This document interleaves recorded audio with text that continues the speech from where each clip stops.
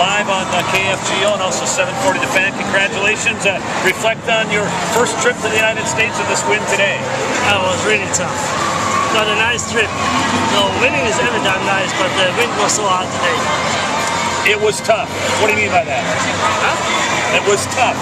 Yeah, terrible. Tell us more about that. The first 60 miles was okay. We had the wind in the back, but then the complete from 16 up to the end, only the wind in the front, and that died completely. I think I lost 6 minutes on the second half.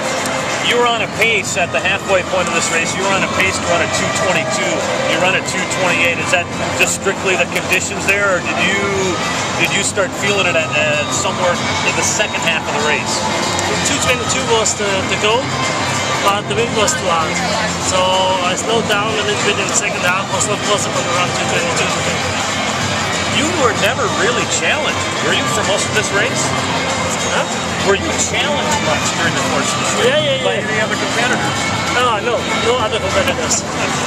No, I had a Kenyan. We started together, but after 1 mile I was alone the whole race. Is it more difficult to run a race like that? And why? If you run alone, it's so hard. I came here because last year there were 5 or 6 people running 110 for the first half, so you have a nice group, you can push each other. But when you run alone, it's not possible to run 2 times.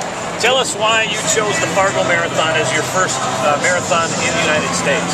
A friend was running last year here, he was number 5. He said it's a good course, very flat, good field, and I think this is an awesome race. I never saw a race like this in a small city like 100,000 people. It's awesome, so many people.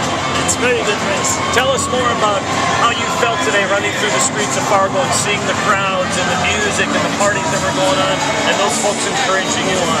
It was really motivation. After 20 miles I was completely dead, and then the crowd was really motivating me, so they helped me to finish. You spent most of the week in Fargo, correct? Yeah, I arrived last year. So 1 week in Fargo was a nice week, and I hope I can come back next year. What was this course like? How was the course similar to other courses?